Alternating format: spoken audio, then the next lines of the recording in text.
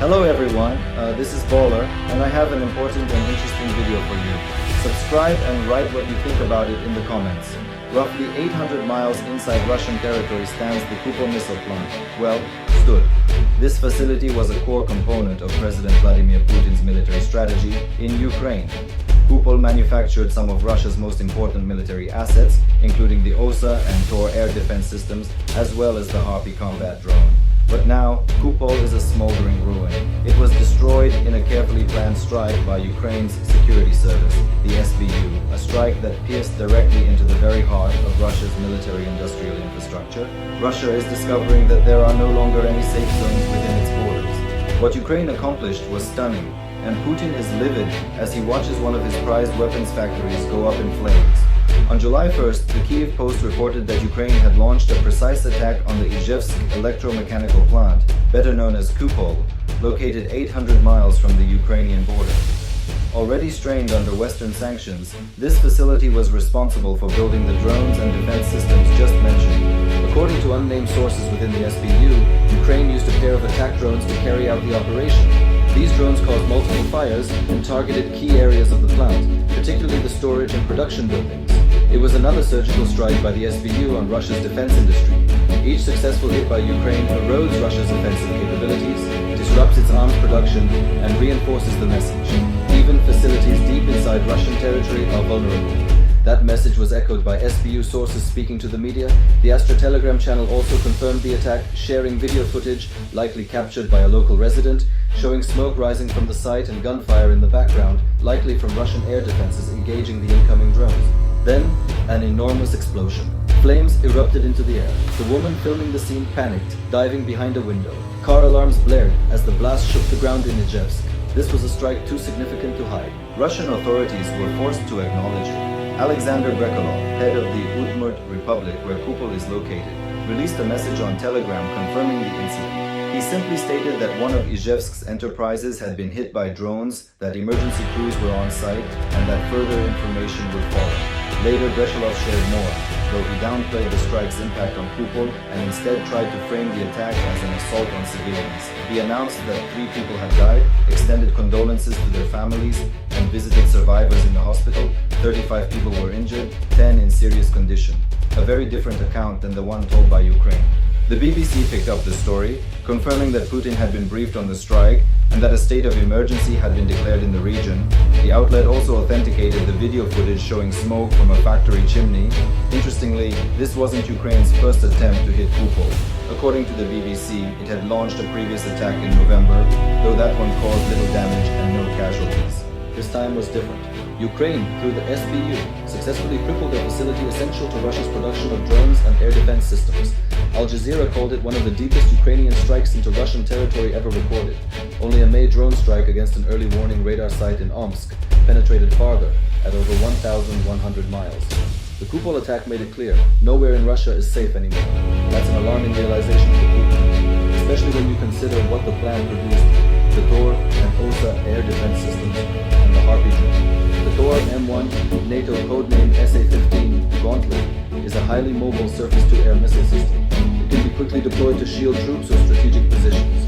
Its turret is outfitted with a radar system that detects targets up to 16 miles away and holds up to 8 vertically launched 9M3330 or 9M331 missiles. These missiles are launched by a catapult before their rockets ignite and send them racing toward incoming threats. They're fast, capable of reaching Mach 2.8, and hit hard with 33-pound warheads. While they can take on fighter jets, their primary targets are missiles and drones, which they can engage within a range of about 7.4 miles. The system is also effective at very close range depending on the variant in use.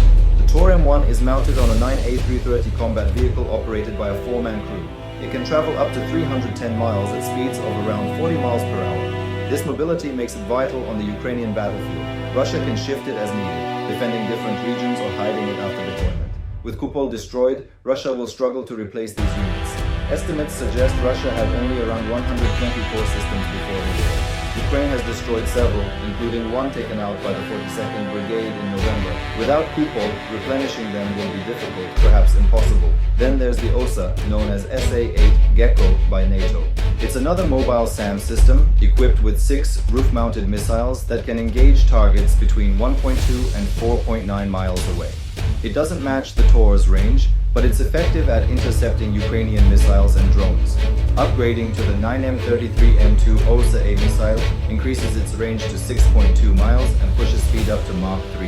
The OSA also has an amphibious edge. It's carried on a 6-wheeled BAZ-5937 vehicle powered by a 300 horsepower engine and propelled in water by twin jets. This allows it to navigate Ukraine's rivers and terrain with ease. In short, the OSA complements the TOR M1, where one offers range and agility, the other adds amphibious capability. Russia had nearly 400 OSA units in 2024, plus around 20 more with naval forces. But with Kupol out of commission, those numbers don't grow. And then there's the Harpy. While much attention is given to the Iranian-made Shahed drones, the Harpy is another threat. First reported by Reuters in September 2024, the Harpy, officially called the Garpia A1, is a kamikaze drone designed to strike Ukrainian military positions. China plays a key role in its production, providing essential parts, including the engine. Russia had already deployed Harpies by that point, targeting both civilian and military sites in Ukraine. Russia keeps the Harpy's specifications under wraps, and neither Russia nor China have acknowledged China's role in its production. Admitting it would give investigators ammunition to confirm the drone's origin. But none of that matters now. Just like with the TOR and OSA systems, Ukraine has crippled Russia's ability to produce Harpy drones by taking down Kupol. While it's unclear whether any completed weapons were destroyed in the strike, the disruption to their manufacturing is undeniable. Still, the true significance of the Kupol attack lies in the strategic pressure it applies to Putin. The strike sent a message: no part of Russia is off limits, and that's a direct threat to Putin's domestic authority. The pressure has been mounting. Back in June, Ukraine launched Operation Spiderweb, a drone assault on 4 Russian airfields that eliminated a third of Russia's bomber fleet. The SBU played a key role in that operation too. These strikes deep into Russian territory have shaken the Kremlin. According to the Kyiv Independent, hardliners within the Kremlin were so alarmed after Operation Spiderweb that they demanded Putin officially declare war on Ukraine.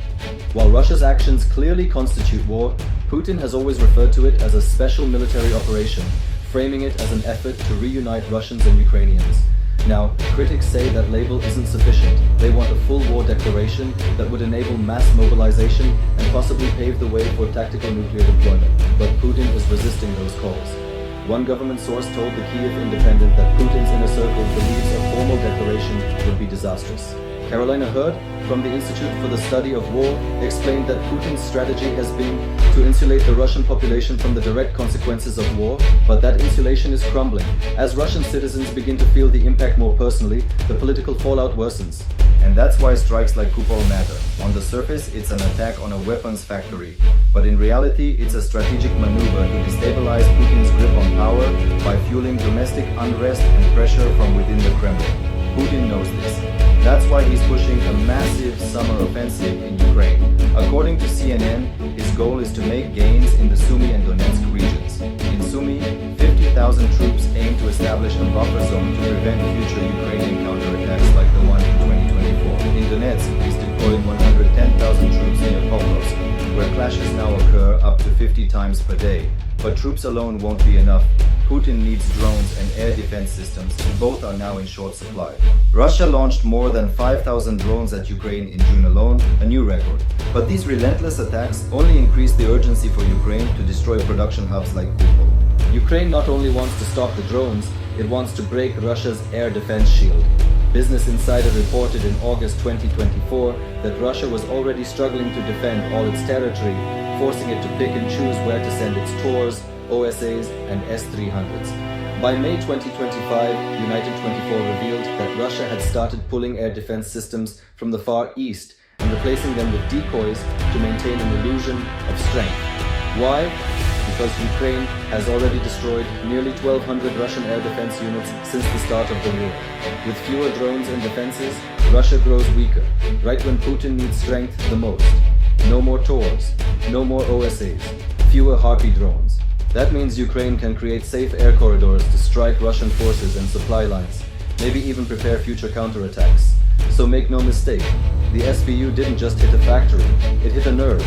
It landed a knockout blow on a facility that was crucial to Putin's summer campaign. Precise, lethal, calculated. Kupol is just the latest success in Ukraine's deep strike campaign, and it's far from the last.